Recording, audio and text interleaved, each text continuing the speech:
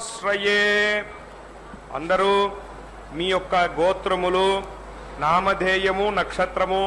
మీ కుటుంబంలోని సభ్యుల యొక్క నామధేయ నక్షత్రము మనసులో ఒకసారి సంకల్పాన్ని చేయండి. సంకల్ప విధానం తెలిసిన వారు సంకల్పాన్ని చేయండి. సంకల్ప విధానం తెలియని వారు అమ్మవారిని, స్వామివారిని ప్రార్థన చేయండి. எல்லாரும் உங்களுடைய கோத்திரம், நாமதேயம், நட்சத்திரம், குடும்பத்தில் எல்லாரோடைய நாமதேய நட்சத்திரம் மனசுல ஒரு வாட்டி சங்கல்பம் பண்ணுங்கோ. சங்கல்ப விதானம் தெரிஞ்சவா சங்கல்பத்தை பண்ணுங்கோ. சங்கல்ப விதானம் தெரியாதவா தாயாரையும் பெருமாளையும் பிரார்த்தனை பண்ணுங்கோ. சர்வேஷாம் பக்தஜனானாம் க்ஷேமஸ்தைரிய விஜய வீரிய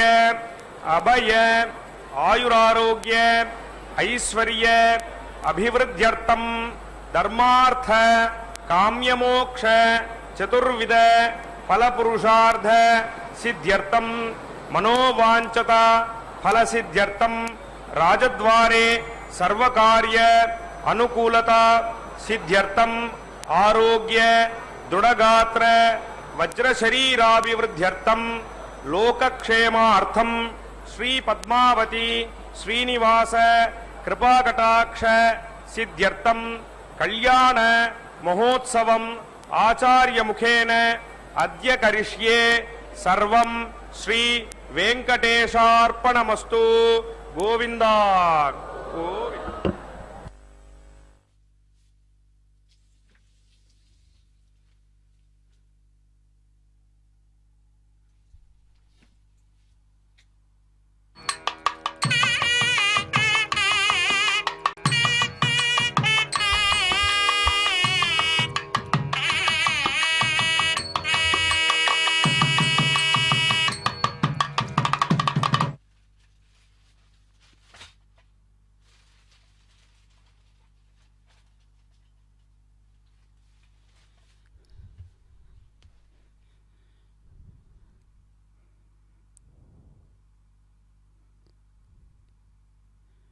ತಿರುಚಾನೂರಿನಿಂದ ಪದ್ಮಾವತಿ ಅಮ್ಮನವರ ಕಲ್ಯಾಣೋತ್ಸವ ಕಾರ್ಯಕ್ರಮ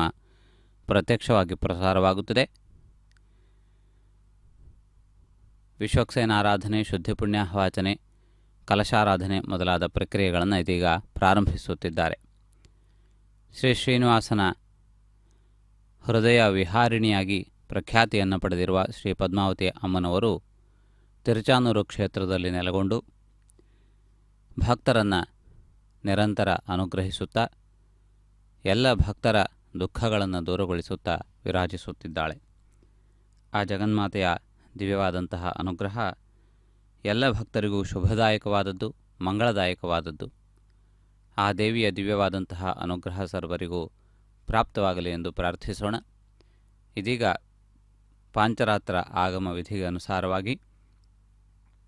ಇಲ್ಲಿನ ಪದ್ಮಾವತಿ ಅಮ್ಮನವರ ಕಲ್ಯಾಣೋತ್ಸವ ಕಾರ್ಯಕ್ರಮಕ್ಕೆ ಸಂಬಂಧಪಟ್ಟಂತೆ ಎಲ್ಲ ಪ್ರಕ್ರಿಯೆಗಳನ್ನು ನಿರ್ವಹಿಸುತ್ತಿದ್ದಾರೆ. ಅದಕ್ಕೆ ಬೇಕಾದಂತಹ ಎಲ್ಲ ಸಿದ್ಧತೆಗಳನ್ನು ಮಾಡಿಕೊಂಡಿರುವುದನ್ನು ತಾವು ಗಮನಿಸಬಹುದು. ಶ್ರೀ ವೆಂಕಟನಾಥನ ದಿವ್ಯವಾದಂತಹ ಸಾನ್ನಿಧ್ಯದಲ್ಲಿ ನಿತ್ಯವೂ ಕಲ್ಯಾಣೋತ್ಸವ ನಡೆಯುತ್ತಾ ಶ್ರೀ ಶ್ರೀನಿವಾಸನನ್ನು ಕಲ್ಯಾಣ ಚಕ್ರವರ್ತಿ ಎಂದು ಕರೆದಿದ್ದಾರೆ. ಅಂದರೆ ಶುಭಗಳನ್ನು ನಿರಂತರವಾಗಿ ಕೊಡುವಂತಹ ಮಹಾಮಹಿಮಶಾಲಿ ಎನ್ನುವುದು ಅದರ ಅರ್ಥ. ಅದೇ ರೀತಿಯಲ್ಲಿ ಪದ್ಮಾವತಿ ಅಮ್ಮನವರು ಕೂಡ ನಿರಂತರವಾಗಿ ಭಕ್ತರನ್ನು ಅನುಗ್ರಹಿಸುತ್ತಾ ವಿರಾಜಿಸುತ್ತಿದ್ದಾಳೆ. ಆ ಜಗಜ್ಜನನಿಗೆ ನಾವೆಲ್ಲರೂ ನಮಸ್ಕರಿಸುತ್ತಾ ಎಲ್ಲ ವಿಧವಾದಂತಹ ಶುಭಗಳನ್ನು ಅನುಗ್ರಹಿಸುವಂತೆ ಪ್ರಾರ್ಥಿಸುತ್ತಾ ಆ ಜಗಜ್ಜನನಿಯ ಪರಿಪೂರ್ಣವಾದಂತಹ ಅನುಗ್ರಹವನ್ನು ಪಡೆದು ಕೃತಾರ್ಥರಾಗೋಣ. ಸಮಸ್ತ ಲೋಕಕ್ಕೆ ಶುಭದಾಯಿನಿಯಾದಂತಹ ಜಗನ್ಮಾತೆಯನ್ನು ಆಶ್ರಯಿಸಿ ನಾವೆಲ್ಲರೂ ಧನ್ಯರಾಗೋಣ. ಸಮಸ್ತ ಲೋಕಕ್ಕೆ ಎಲ್ಲ ವಿಧವಾದ ಅರಿಷ್ಟಗಳನ್ನು ದೂರಗೊಳಿಸುವ, ಶುಭವನ್ನು ಅನುಗ್ರಹಿಸುವ, ಕಲ್ಪವೃಕ್ಷದಂತೆ ವಿರಾಜಿಸುವ ಜಗನ್ಮಾತೆಯ ದಿವ್ಯವಾದಂತಹ ಸ್ಥಾನ ತಿರುಚಾನೂರು ಕ್ಷೇತ್ರ. ಸುವರ್ಣಮುಖಿ ನದಿ ತೀರದಲ್ಲಿ ನೆಲೆಗೊಂಡಿರುವ ಶುಕಪುರಿ ಎಂದು ಪ್ರಖ್ಯಾತಿಯನ್ನು ಪಡೆದಿರುವ ಈ ಸ್ಥಾನದಲ್ಲಿ ಈ ಮಂಗಳಕರವಾದಂತಹ ಕಲ್ಯಾಣೋತ್ಸವ ಕಾರ್ಯಕ್ರಮ ನಡೆದು ಬರುತ್ತಿದೆ. ಸರ್ವರಿಗೂ ಶುಭವಾಗಲಿ. ಸಂಕಲ್ಪಬದ್ಧರಾಗಿ ಎಲ್ಲ ಭಕ್ತರು ಈ ದೇವಿಯ ಕಲ್ಯಾಣೋತ್ಸವ ಕಾರ್ಯಕ್ರಮದಲ್ಲಿ ಪಾಲ್ಗೊಂಡು ಧನ್ಯರಾಗಬೇಕು.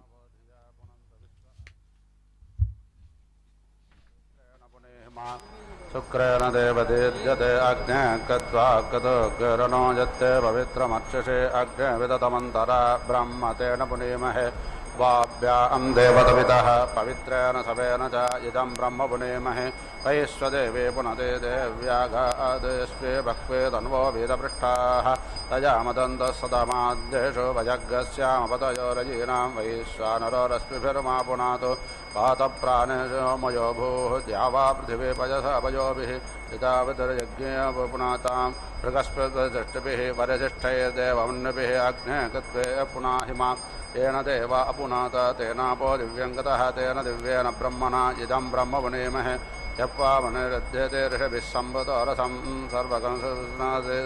सदितप्पादरस्य न पावमानोरुध्यते ऋषभिः सम्बुतोरसं तस्मै सरस्वती दुहे क्षीरकं सर्पिर्मदकमं पावमाने सत्तजने तद्गायतस्तुते ऋषभिः सम्बुतोरतः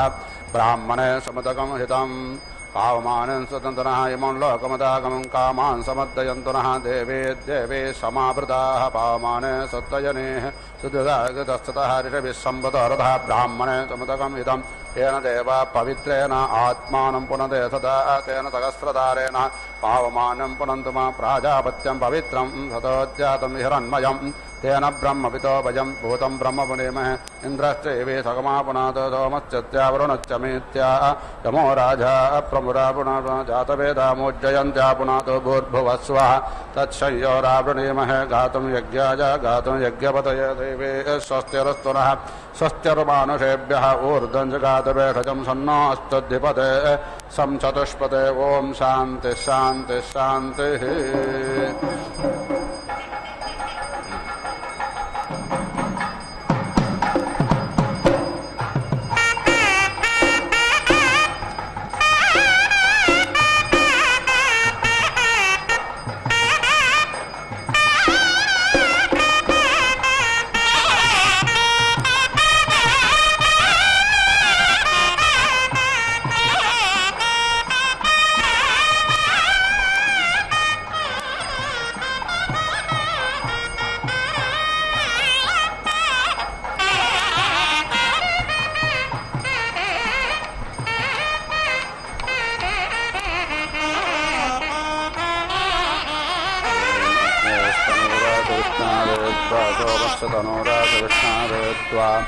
अतिथेरादित्यमास विष्णावेत्वा स्येनाजत्वा सोममृते विष्णावेत्वाग्नयेत्वा राजस्पोषते विष्णावेत्वा अग्नेर्झरित्रामसदृशानोस्थः ध्रुवस्य स्याजुराशिपुरुरवासि आयत्रेणत्वाच्छन्दासा बन्धामित्रैष्टोभेनत्वा छन्दासा बन्धामिजातेनत्वाच्छन्दासा बन्धामि भवादन्नः समानसौ सचेतसा अरेपसौ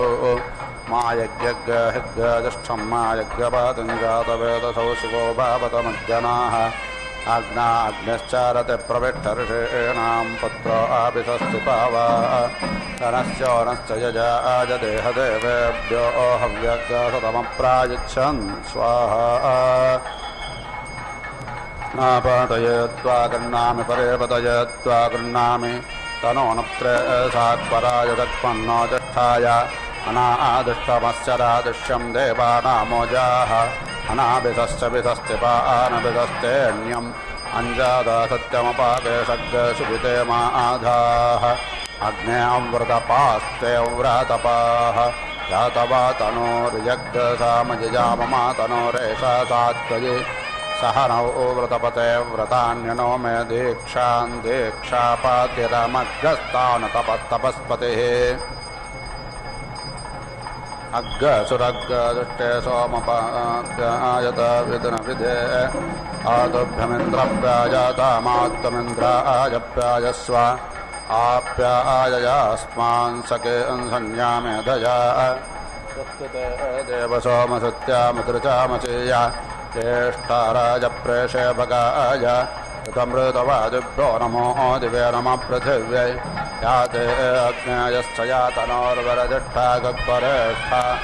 गुरं वच अपावधेत् त्वेषं वच अपावधेत् स्वाहा याते अग्नेरजश्च यातनोर्वरजिष्ठा गग्वरेष्ठा गुरं वच अपावधेत् त्वेषं वच अपावधेत् स्वाहा याते अग्ने हरिशया तनोर्वरदट्टा गक्परेष्ठा उग्रं वच अपावधेत् प्रेषं वच अपावधेत् स्वाहा तप्ताजानेमेष वित्ताजानेमेषि अवाथान्माव्यतितमवाथान्मानादितं विदेरग्नेर्नभो नामाग्ने अङ्गिरायो नाम्नेहि योऽस्यां पृथिव्यामसयत्तेनादृष्टन्नामा यज्ञयन्तेन त्वाददे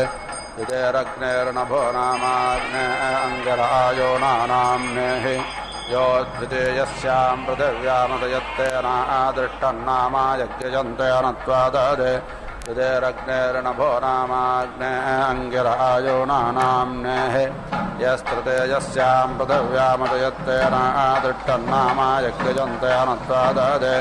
अनत्वादेव वेतय जग्गादपत्तदाहे देवेभ्यः कल्पत्वजग्गादपत्तदाहे देवेभ्यः सुन्दत्वजग्गादपत्तदाहे देवेभ्यः शुम्भस्व इन्द्रघोषस्तावसभिः पुरस्तात्पातु प्रजयतास्ता रुद्रे पश्चात्पातु मनोजवास्ता पितृभिर्दक्षिणतः पातु विश्वकर्मात्वादित्यैरुत्तरतः पातु इदमहं तप्तं वार्पाहिता यज्ञान्नश्रजामि सिद्ध्यक्काशि स्वाहा सिद्ध्यक्कस्यादित्यवनि स्वाहा सिद्ध्यक्काशि ब्रह्मवनि क्षत्रवनि स्वाहा सिद्ध्यक्काशु प्रजावनि राजकोशवनि स्वाहा सिद्ध्यक्कस्या देवान्नजामानाय स्वाहा भूतेभ्यस्त्वा ध्रुवोऽथ पृथिवीन्द्रग्गाः ध्रुवक्षतः सन्तरिक्षं द्रग्गाः अक्षदक्षदा च दिवं द्रग्गाः अग्नेर्भस्मास्यग्नेः पुरेशमसे युञ्जते मनावत युञ्जते दियो विप्रा विप्रस्य पृगतो वेपस्थिताः विहोत्रादधेवजुना विदेकजन्मये देवस्यादभितः परिष्ठतिः इदं विष्णुर्विचक्रमे त्रेधानि ददेवदं समोलमज्जवाग्सुरेश्वः इदावतेधे नमदेहभूतग्सोजवचने मनावेददस्य यस्कब्नारोदधे विष्णयते दादप्ता पृथिवीमभितो मयोखैः स्वाहा देवस्सुतो देवेश्वाघोषतं प्राचे प्रेतमद्धरं कल्पयन्ते वोर्धं यज्ञन्नायतं माजक्वरतं स्वङ्गोष्ठमावादतं देवे दुर्ये आयुर्मानुर्वाजिष्ठं प्रजां मानुर्वाजिष्ठम् अत्रारमेथां वष्पन् पृथिव्याः विष्णोर्णुकं वीर्याणि प्रवोचं यः पार्थिवानि मम रजाग्रसि योऽस्काभयदुत्तरग्गतदत्तं विचक्रमानस्त्रेधोरुगायो विष्णवे त्वा दिवो वा विष्णुत वा पृथिव्यामगो वा विष्णुरोरन्तरिक्षात् उपायस्तावसो न प्रणश्वापयच्च दक्षिणादोदसव्याद्विष्णवे त्वा तद्विष्णुस्तवते वीर्येण मृगो न भीमङ्को च लोगिरिष्ठाः यश्चोरिषत्रिः विक्कमाने स्वदक्षयन्ति भुवानानि विश्वा विष्णोरराटामति विष्णोत्यप्रेतो विष्णोस्योराति विष्णोध्रुवोऽसि वैष्णवमाति विष्णवे त्वा देवस्य त्वासवितुप्रासर्वेश्वबाहुभ्यां पोष्टोहस्ताभ्याम् आददेनार्यसीदमहङ्गरक्षसो ग्रीवा अपि गन्तामि प्रकन्ना च प्रगद्रावा प्रगतेन्द्राजवाचं वद रक्षोहनं वलगहनं वैष्णवीम् इदमहं तं वालकमुद्दापामजन्नो निष्ठोऽयममात्योऽनुदकान इदमहं तं वालकमुद्दापामजन्नः समानो यमसामानोऽनुदकान इदमहं तं वालकमुद्दापामजन्नः सबन्धुर्यमसा बन्धुर्नुदकान इदमहं तं वालकमुद्दापामयन्नश्च जातो यमच जातोऽनुदकानोत्तृत्याङ्किरामि स्वरालाजितपत्नः तत्र राळस्य विमादिः जनराला च रक्षोः सर्वराळस्य मित्रः रक्षोहनो बलगहन प्रोक्षामि वैष्णवान् रक्षोहनो बलगहनो वानयामि वैष्णवान् रक्षोहनो बलगहनो वस्त्रणामि वैष्णवान् रक्षोहनौ बलगहना उपादधामि वैष्णवे रक्षोहनौ बलगहनौ पर्योहामि वैष्णवे वैष्णवमाच वैष्णवास्थ देवस्य प्रातवेदोप्रातवेश्वरोर्बाहुभ्यां कोष्ठाभ्याम् आददेनार्यसीदमहङ्गरक्षसो ग्रीवा अपि गन्तामि यवोच यवजास्मन्द्वेषो यवजारातीः शिवे त्वान्तरिक्षाय त्वा पृथिव्ये त्वा सुन्धन्ताल्लोकाप्यदृषदानाप्यदृषदा नमसि उद्यवग्गस्तभानान्तरिक्षं प्रणदृग्गस्वपृथिव्याम् उदानस्त्वा मारुतो मेनोदमित्रावरो नो ध्रुवेण धर्मान ब्रह्मवणित्वा क्षत्रवने राजत्पोषवने पर्योहामि ब्रह्मादृग्गः क्षत्रं दृग्गः आयतृग्गः प्रजां दृग्गः ध्रुवासि ध्रुवोऽस्मिन्यजामान आयताने भूयात् युतेरन्द्या वा पृथिवी पूर्येथामिन्द्रस्य क्षतिरादि विश्वजनस्य छाया परित्वा गिर्वनो गिरायिमा भवन्त विश्वताः वृद्धाय मनवृद्धायो जुष्टाः भवन्तु जुष्टायः इन्द्रश्च चोरसेन्द्रस्य ध्रुवोऽसि ऐन्द्रमासि वैश्वदेवमासि विभूरासि प्रवाहानो वह्निरधिहव्यवाहानः स्वात्रोऽसि प्रदेतास्ततोऽसि विश्ववेदाः कुशिकासि कविरङ्गाररसि बम्भारिः अवश्यूरासि दुवस्वान् सिन्धूरासि मार्जालेयाः तथामासि स्वर्ज्योतिस्समुद्रोऽसि विश्वव्याचाः अजोस्येकापादहेरसि बुध्न्याः सम्भ्रालादि कृशानुपरिषद्योऽसि पवामानः नमोऽसि पृथक्वा मृष्टोऽसि अव्यसोदानः अमोक्योऽसि विश्ववेदा ऊनादिरित्तश्च प्रतिष्ठा अग्नायच्चकाराच्चकारेण नाम्नारोध्रेणानेकेन पातमाग्नयप्रभृतमाग्नयो नमो हिग्गादिष्ठ ज्योतिरथ विश्वरूपं विश्वेषां देवानाग्समित त्वग्गसोमदनागभ्यो द्वेषोऽभ्योऽन्यकृतेभ्यः गुरुजन्तादिपरो दग्गस्वाहा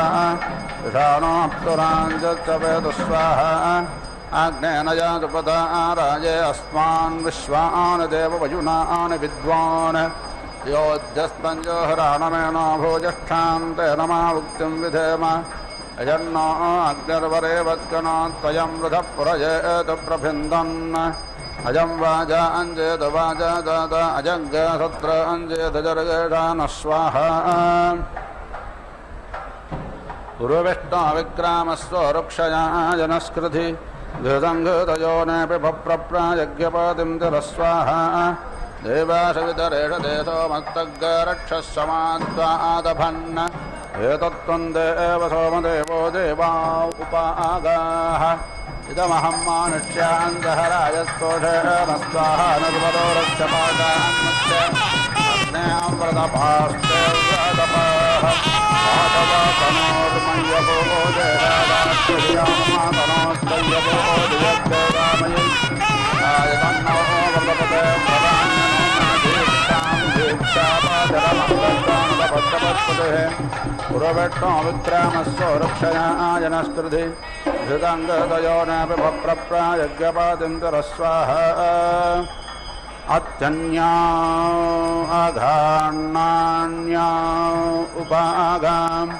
अर्वात्तापरेभ्यः परोपरेभ्यः तं त्वायुजामहे देवनस्पते देवदत्याय देवात्यादेवदत्याय सन्तां विष्टादे स्वायत्राय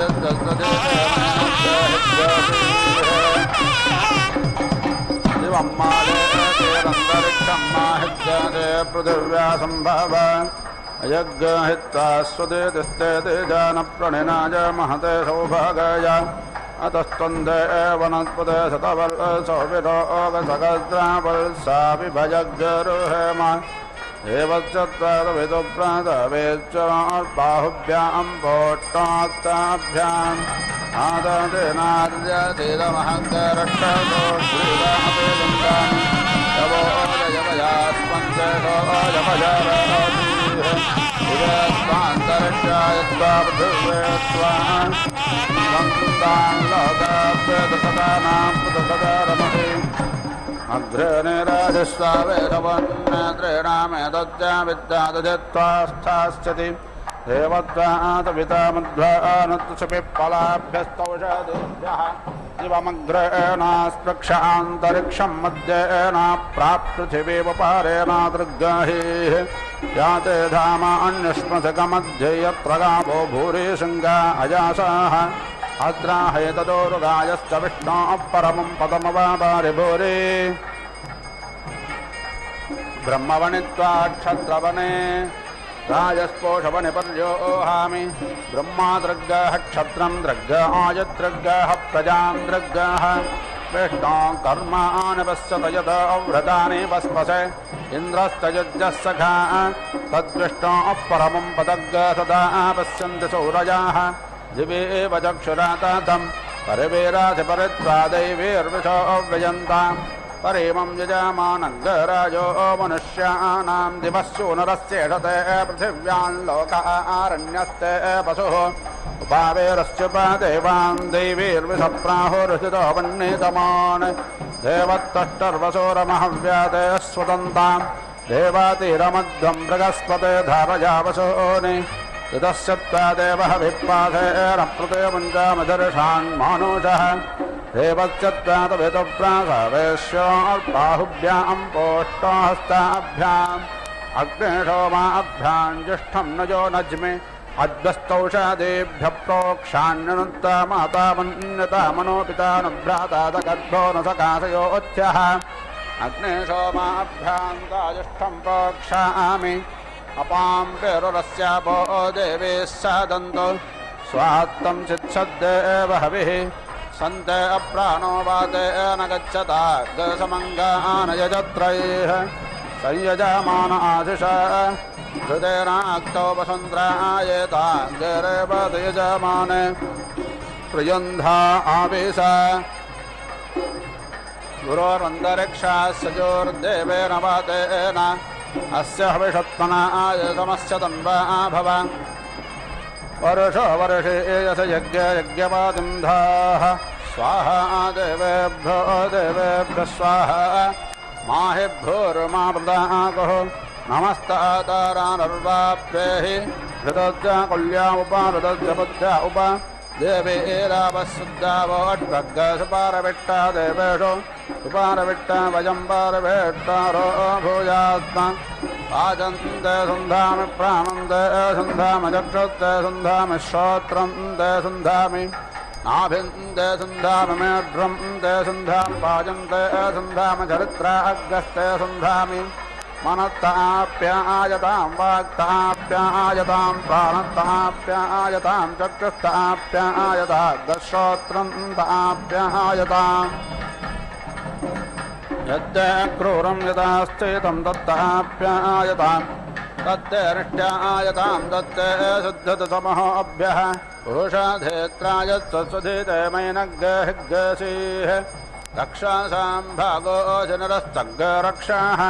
इदमहङ्गरक्षो विदिष्टाम् इदमहङ्गरक्षो बभदे इदमहङ्गरक्षो दमं तमो नयामि हृदयरन्द्या वा पृथिवी पूर्येथाम् हृदयरन्द्या वा पृथिवी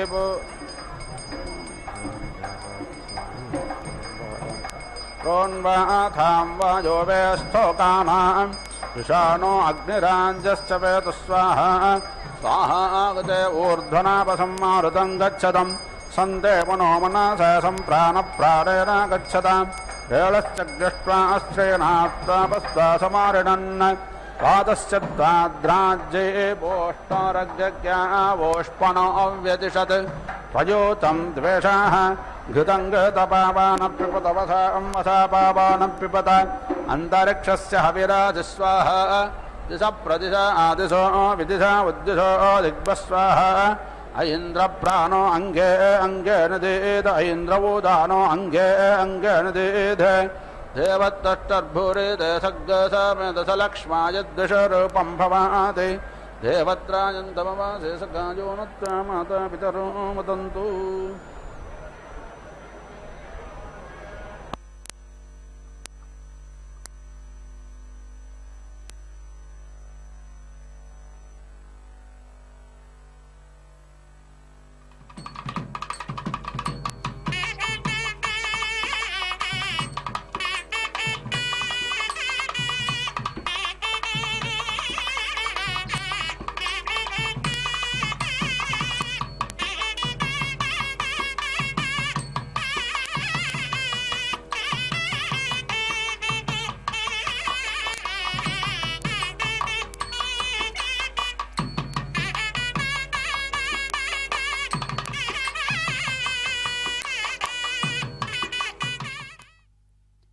ಶ್ರೀವೆಂಕಟೇಶ ಚರಣೌ ಶರಣಂ ಪ್ರಪದ್ಯೆ. ಭಕ್ತಜನರಿಗೆ ಕಲ್ಪವೃಕ್ಷವಾಗಿ ನಿಂತಿರುವ ಶ್ರೀ ಶ್ರೀನಿವಾಸನ ದಿವ್ಯಸನ್ನಿಧಿಯಂತೆ ಜಗನ್ಮಾತೆಯೂ ಕೂಡ ಕಲ್ಪವಲ್ಲಿಯಾಗಿ ವಿರಾಜಮಾನಳಾಗಿದ್ದಾಳೆ. ಈ ತಿರುಚಾನೂರು ಕ್ಷೇತ್ರದಲ್ಲಿ ಪದ್ಮಾವತಿ ಅಮ್ಮನವರ ಕಲ್ಯಾಣೋತ್ಸವ ಕಾರ್ಯಕ್ರಮವನ್ನು ದೇವಸ್ಥಾನದ ವತಿಯಿಂದ ನಿತ್ಯವೂ ನಿರ್ವಹಿಸಲಾಗುತ್ತದೆ. ಪದ್ಮಾವತಿ ದೇವಿಯ ದಿವ್ಯ ಸಾನ್ನಿಧ್ಯದಲ್ಲಿ ನಡೆಯುವ ಕಾರ್ಯಕ್ರಮಗಳು ಭಕ್ತರಿಗೆ ವಿಶೇಷವಾದಂತಹ ಅನುಗ್ರಹವನ್ನು ಒದಗಿಸಿಕೊಡುವಂತಹ ಸಂದರ್ಭಗಳಾಗಿವೆ. ಕಲ್ಯಾಣೋತ್ಸವದ ಭಾಗವಾಗಿ ಇದೀಗ ಕನ್ಯಾದಾನವನ್ನು ನಿರ್ವಹಿಸಿದ್ದಾರೆ. ಭಕ್ತರೆಲ್ಲರೂ ಕನ್ಯಾದಾತೃಗಳಾಗಿ ಸಂದರ್ಭದಲ್ಲಿ ಕನ್ಯಾದಾನದ ಪುಣ್ಯವನ್ನು ಪಡೆದಿದ್ದಾರೆ. ಪರಮಾತ್ಮನಿಗೆ ದಾನವನ್ನು ಕೊಡುವಂತಹ ವಿಶೇಷವಾದ ಸಂದರ್ಭ ಪ್ರಾಪ್ತವಾಗಿದ್ದು ಬಲಿಚಕ್ರವರ್ತಿಗೆ. ಪರಮಾತ್ಮನು ಬೇಡಿ ಬಂದಂತಹ ಸಂದರ್ಭದಲ್ಲಿ ಪರಮಾತ್ಮನಿಗೆ ಭೂಮಿಯನ್ನು ಅಗ್ನಿಂ ವೈಶ್ವಾನರಂಗಚ್ಚ ಸ್ವಾಹ ಮನೋ ಮೇಹಾದ್ಯಚ್ಚ ದಿವಂತೆ ಧೂಮೋ ಗಚ್ಚತ್ತಂತರಿಕ್ಷಂ ಜ್ಯೋತಿಃ ಪೃಥಿವೀಂ ಬಸ್ವನಾ ಪ್ರೇಣ ಸ್ವಾಹ ಮಾಪೋ ಮೋಷಧೀರ್ಹಿಗ್ಗಸೀರ್ಧಾಮ್ನೋ ಧಾಮ್ನೋ ರಾಜಗ್ಗಸ್ತತೋ ವರುಣನೋ ಮುಂಚ ಯದಾಹುರಗ್ನ್ಯಾಯತಿ ವರುಣೇ ದಿಶಪಾಮಹೇ ತತೋ ವರುಣನೋ ಮುಂಜ ಸುಮಿತ್ರ್ಯಾನ ಆಪವೋಷಧಯಸ್ಸಂತು ದುರ್ಮಿತ್ರ್ಯಾತ್ತಸ್ಮೈ ಸಂತೋ ಯೋಸ್ಮಾನ್ವೇಟ್ಟಯಂ ಚ ವಯಂ ದುಷ್ಮಃ ಇದಮಾ ಆಪಪ್ರವಾಹತ ಯತ್ಕಿಂಚ ದುರಿತಂ ಮಯಿ ಯದ್ವಾ ಅಮಾಪಿ ತದ್ರೋಹ ಯದ್ವಾ ಆಸೇ ಪೌತಾನ್ ಋತಂ ಅವಿಷ್ಮಾತೇರಿಮಾ ಆಪೋ ಅವಿಷ್ಮಾವು ಆವೇವಾಸತೆ ಅವಿಷ್ಮಾನ್ ದೇವೋ ಅಧ್ವರೋ ಅವಿಷ್ಮಾವಸ್ತು ಸೂರ್ಯಾಃ ಅಗ್ನೇರ್ವೋಪನ್ನಗೃಹಸ್ಯ ಸದಾ ದದಾದಯಾಮಿ ಇಂದ್ರಾಗ್ನ್ಯೋರ್ಭಾಗಧೇಯೇಸ್ತಮಿತ್ರಾವರೋ ನಯೋರ್ಭಾಗಧೇಯೇಸ್ತವಿಶ್ವೇಷಾಂ ದೇವಾನಾಂ ಭಾಗಧೇಯೇಸ್ಥ ಅಮೋರ್ಯಾ ಉಪಸೂರ್ಯೇಯಾಭಿರ್ವಾ ಸೂರ್ಯಃ ಸಹ ತಾನೋ ಹಿಣ್ವಂದುಧ್ವರಂ ಹೃದಯತ್ವಾ ಮನಸೇತ್ವಾ ದಿವೇತ್ವಾ ಸೂರ್ಯಾಯತ್ವಾ ಊರ್ಧ್ವೋಧ್ವರಂ ದಿವಿ ದೇವೇಶ ಹೋತ್ರಾಯಚ್ಛ ಸೋಮಾರಾಜನ್ ವಿಶ್ವಾಸ್ತ್ವಂ ಪ್ರಜಾ ಉಪಾವರೋಹ ವಿಶ್ವಾಸ್ತ್ವಾಂ ಪ್ರಜಾ ಉಪಾವರೋಹಂತು ಶೃಣೋತ್ವಗ್ನಿಃ ಸಮಿದಾ ಹವಂ ಮೇ ಶೃಣ್ವಂತಾಪೋ ದೃಶನಾಶ್ಚ ದೇವೀಃ ಶ್ರೋತಾ ಅಗ್ರಾವಾನೋ ವಿದುಷೋ ನ ಯಜ್ಞಗ್ ಶೃಣೋತು ದೇವಸ್ಯಾಪಿತಾ ಹವಂ ಮೇ ಸ್ವಾಹಾ ದೇವೀರಾಪೋ ಅಪಾನ್ನಪಾದ್ಯೋ ಬಾಹೂರ್ಮಿರ್ಹಾವಿಷ್ಯಾಃ ಇಂದ್ರಿಯಾ ವಾ ಅನ್ಮದಿಂತಾಮಹ ತಂದೇವೇಭ್ಯೋ ದೇವತ್ರಾಗಾತ್ ಶುಕ್ರಪೇಭ್ಯಃ येषां भागस्तः स्वाहा कार्षीरसमुद्रस्य त्वाक्षित्या उन्नाजामि समापो अद्भिरक्मदसमोषाधिभिरोषाधीः यमग्ने पृच्छुमत्यमवापाजे एषजञ्जुनाः सयन्त शस्वातिरस्वाः देवस्य त्वादवितुप्रादविचोर्बाहुभ्यां पोष्णास्ताभ्याम् आदादेरावाचिकबीरममध्वरं कृतेन्द्राशुषोतामम् उत्तमेनापविनोज्यस्वन्तं मधुमन्तं पयस्वन्तं निग्राभ्यास्तदेव सुतस्तत्पयतम मनो मे तत्पयत वाचं मे तत्पयत प्राणं मे तत्पयत चक्षुर्मे तत्पयत श्रोत्रं मे तत्पयत आत्मानं मे तत्पयत प्रजां मे तत्पयत पशून् मे तत्पयत गणान् मे तत्पयत गणा मे मा वितृषन् इंद्रायत्वा वसुमते रुद्रवात इंद्रायत्वादित्यवाते इंद्रायत्वाभिमादग्नास्येनायत्वा सोममृतेऽग्नज अत्तारायत्पोषते यत्ते सोमति विज्योतिर्यत्पृथिव्यां यद्धुरा अन्तरिक्षे तेनास्मै यजमानायोरुराज गृध्यते धात्रेवो ओजः स्वात्रास्थावित्रतरो राजो गूर्ता अमृतस्य पत्नेः ताजे वेद्देवत्रेवं यज्ञन्नायतो बाहुताः सोमस्य पिबता माभिर्मा संवित्ता ऊर्जं दत्तदिशाने वीड्वेदते वेलयथामूर्जं ददाथां पाप्माहतो न सोमाः रागप उदगधराक्षर्वदस्त्वादिशाधावन्तो अम्भनिष्पारथमरेर्वेदां तमङ्गप्रथग्गजशो देवस्याविष्टमत्यं न त्वदन्यो माघवन्नट्यमध्यतेन्द्रब्रवीमिते वचः वाचस्पदाये पवत्सविष्टोऽङ्गसुभ्याङ्गपश्च भूतः देवो देवेभ्यः पवस्व येषां भागोऽसि मधुमतेर्न इषस्कृधि यत्ते सोमादाभ्यं नाम जाग्रेवि तस्मै त्वा गृह्णामि तस्मै ते सोमसोमाय स्वाहा स्वाहोर्वन्तरिक्षमन्वे विश्वाङ्कृतोति विश्वेभ्यजिन्द्रियेभ्यो दिव्येभ्यः पार्थिवेभ्यः मनस्ताष्टस्वाहा अत्ताश्वभवः सूर्याय देवेभ्यस्तामरेशिपेभ्यो देवा अग्रसो यस्मै त्वेळे तत्सत्यमो बलिप्लुता भङ्गेन हेतोऽसो वट्प्राणायत्वा व्यानायत्वा पयामृहेतोऽस्यन्तर्यच्छमगवन् पाहि सोमम् पुरुष्यराजो वेषो यजस्व अन्तस्ते द्यावा पृथिवी दधाम्यन्तर्दधाम्युर्वन्तरिक्षम् तजोर्देवेभिरवारैः परयश्चान्तर्यामे माघवन्मादयस्व स्वाहोर्वन्तरिक्षमन्वे विश्वाङ्कृतोति विश्वेभ्यजिन्द्रियेभ्यो दिव्येभ्यः पार्थिवेभ्यः मनस्ताष्टस्वाहा अत्वाश्वभवः सूर्याय देवेभ्यस्तामरेचिपेभ्यः उदानायत्वा आवायो भूषचुचुप उपानः सहस्रं तेन यतो विश्ववारा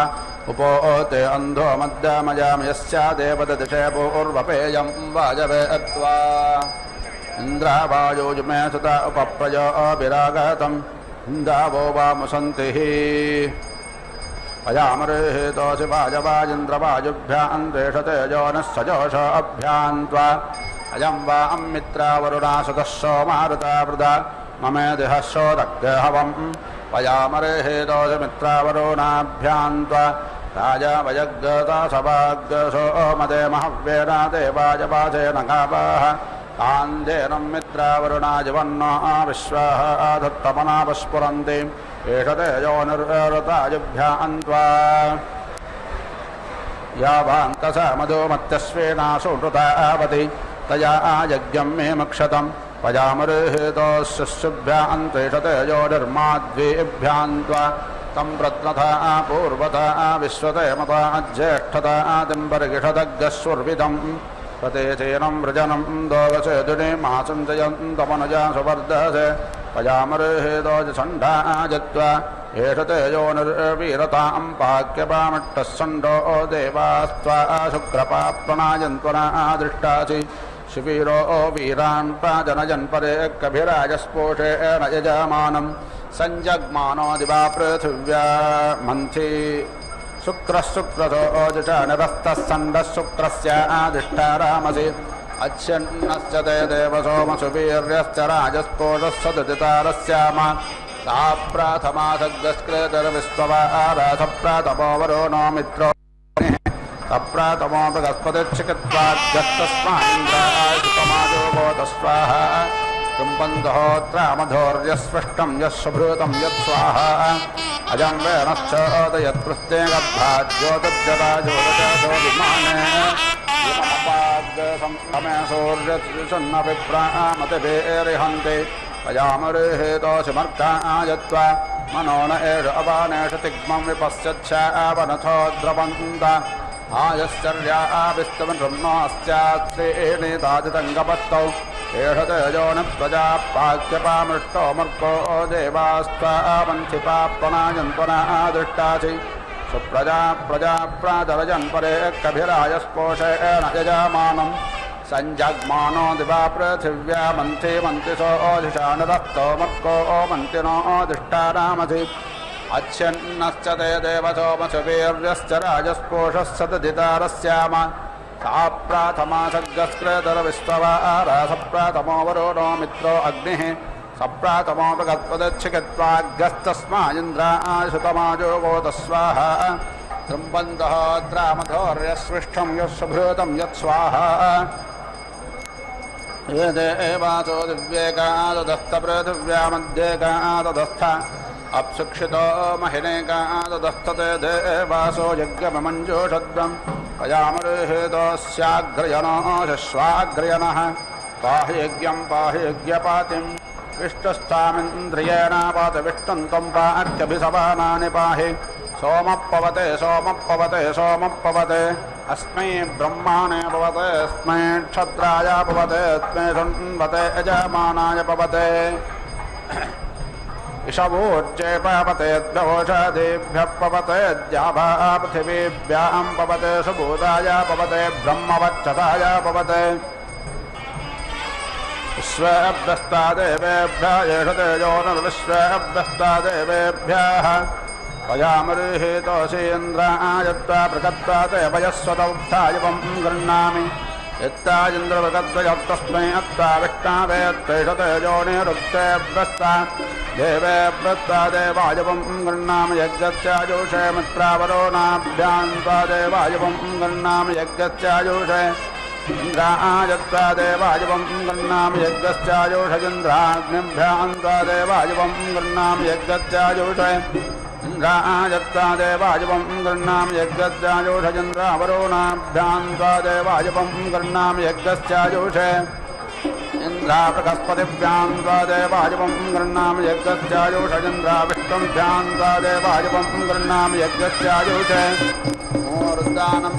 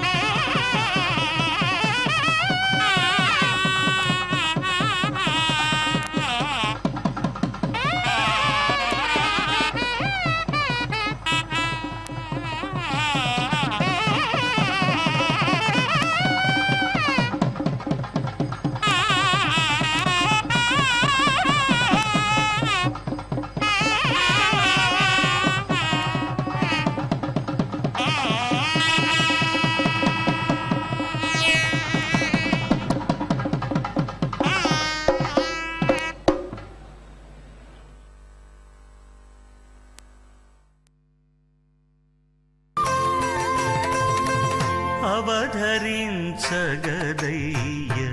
అన్ని రసములు నీవు దివురుచునవ్వెనిదే తేనెమో విరసము అవధరించగదయ్య అన్ని రసములు నీవు దివురుచునవ్వెనిదే తేనెమో విరసము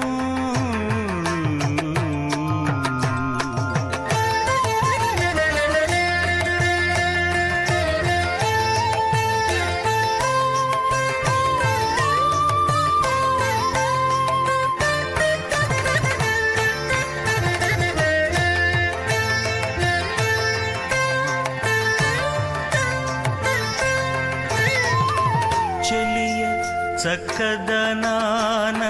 శృంగార రసము వెలయ బొమజంకెనల వీర రసము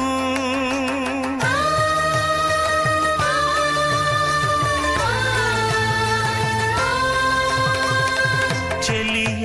చక్కదనాన శృంగార రసము వెలయ బొమజంకెనల వీర రసము కలయురతి కాంక్షలను కరుణారసము కలయు రతి కాంక్షలను కరుణారసము అలరుమై పులకలను అద్భుత రసం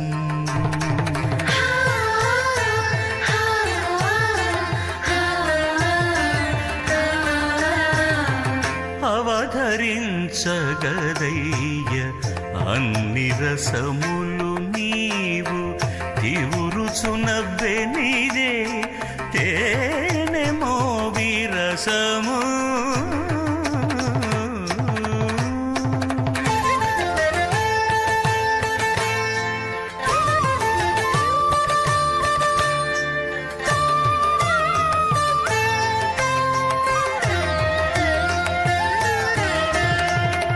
తరుణి సరసములను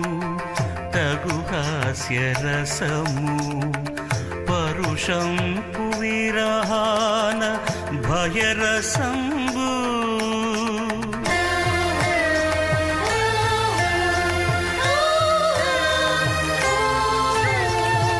తరుణి సరసములను తగు హాస్యరసము పరుషంపు విరహాన భయరసంబు. బెరయు నిబ్బరములను బీభత్సరసము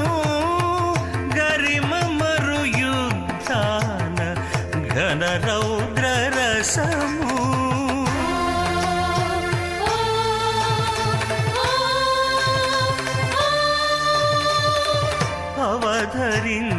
అవధరించగదయ్య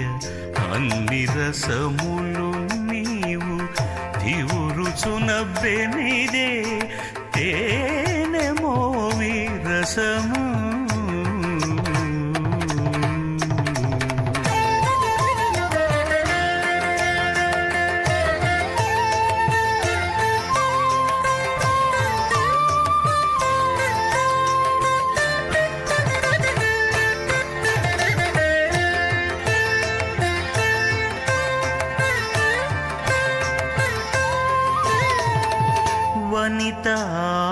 వనితానందముల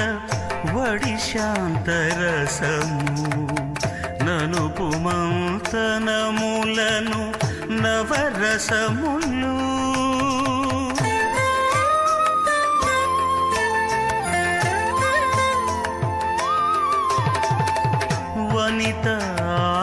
వనితానందముల వడి శాంతరసము ననుపు మంతనములను నవరసములు. యనలేని శ్రీ వెంకటేశానితో కూడి యనలేని శ్రీ వెంకటేశానితో కూడి దిన దిన వినోదాల తిరమాయే రసము. దిన దిన వినోదాల తిరమాయే రస.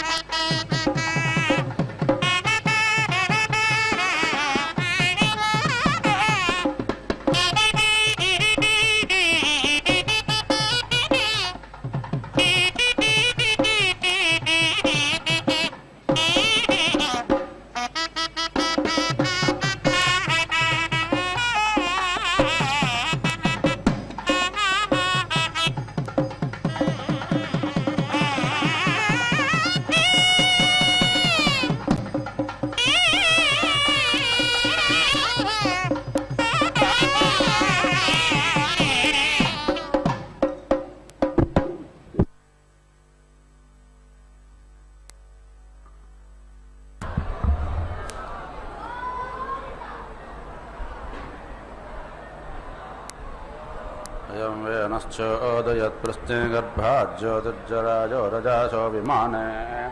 यममपागसंगमे शौर्यसन्नविप्रामतिभिरिहन्ति अयामरिहितोषमर्कायत्वा मनयन एष अवनेषु तिग्मं विपश्चच्छावनथो द्रवन्त आयश्चर्याभिश्चवनृम्नोऽस्याश्रेण दातिसङ्गपस्तौ